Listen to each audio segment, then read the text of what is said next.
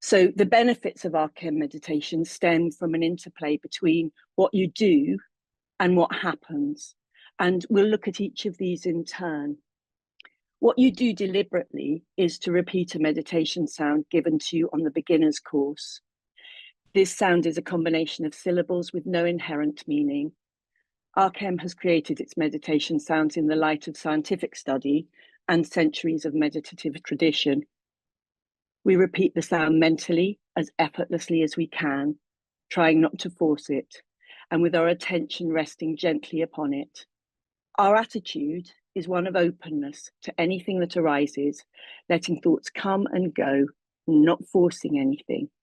We have a free mental attitude. Repetition of the sound with free mental attitude elicits relaxation, calmness, freer mental resources, and activates deep, unresolved issues of the psyche. The other aspect of the technique is what happens spontaneously. So, given that repetition of the sound with free mental attitude, relaxation inevitably occurs, and that combination of the openness of a free mental attitude allows a host of thoughts, images, and bodily sensations to arise. And they might seem random, but everything that comes up spontaneously during meditation represents something of you. And here we come to the interplay between what you do and what happens. Meeting whatever arises by continuing to repeat the sound in an effortless, inclusive, and accepting way can over time access resources for creativity, for processing unconscious conflict, and for inner calm, even silence. Regular meditation can eventually lead to greater freedom and flexibility in your private life, work, and studies. So, an Acem meditation consists of 3 revolving phases, all natural parts of meditation. At the start of a meditation, the sound is usually easy to repeat at the center of the attention, alongside any thoughts, images, and bodily sensations which come and go. They tend to be mild and stay at the margins of your attention. If the sound is repeated gently, effortlessly, with openness towards whatever enters the mind spontaneously, then both mind and body relax. The mind moves towards deeper layers, and what arises spontaneously starts to take over the center of the attention, while the repeated sound moves to the periphery. The second phase starts when the sound is lost unknowingly, and more intense thoughts, images, bodily sensations, sleepiness, or other activities absorb the mind. We can't and shouldn't try to prevent this happening.